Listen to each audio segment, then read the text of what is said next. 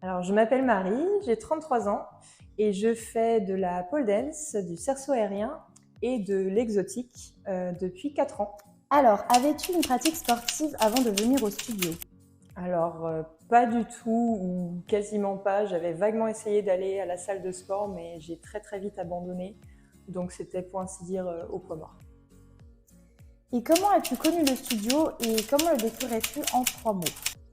Alors, j'ai connu le studio par le biais d'une amie qui est elle-même prof de pole à Paris et j'aimais bien ce qu'elle faisait, donc je lui ai demandé si elle connaissait pas des studios dans ma ville. Et c'est là qu'elle m'a orientée vers le studio Upside Down.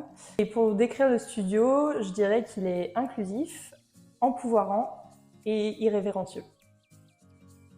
Qu'est-ce qui t'a donné envie de pratiquer ces disciplines? Alors, à l'origine, donc, j'avais vu quelqu'un que je connais qui faisait de la pole dance. Et je me suis dit, moi qui n'avais pas d'activité physique, que ça pourrait être assez fun et que je pourrais tester. Donc en fait, j'ai commencé par mettre un pied dans la pole dance et puis j'ai vu qu'il y avait aussi du cerceau aérien qu'on pouvait faire.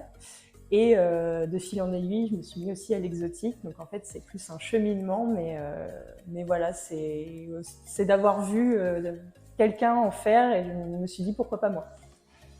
Qu'est-ce que la pratique de ces disciplines a pu t'apporter? Alors déjà, beaucoup de force. Je me sens plus forte que jamais. Ça m'a apporté une connaissance de mon corps et surtout une, une certaine confiance en mon corps et en mes gestes que je n'avais pas forcément. Et ça m'a apporté aussi beaucoup d'amitié. Ça, c'était assez imprévu, mais vraiment, j'ai connu, je connais des super personnes grâce à ça. Quelle est ta figure préférée ou la figure que tu rêves d'apprendre? Alors, j'ai pas de figure préférée. Par contre, il y a une figure que j'aimerais bien apprendre et que j'espère bientôt je saurai faire, c'est l'Ayesha.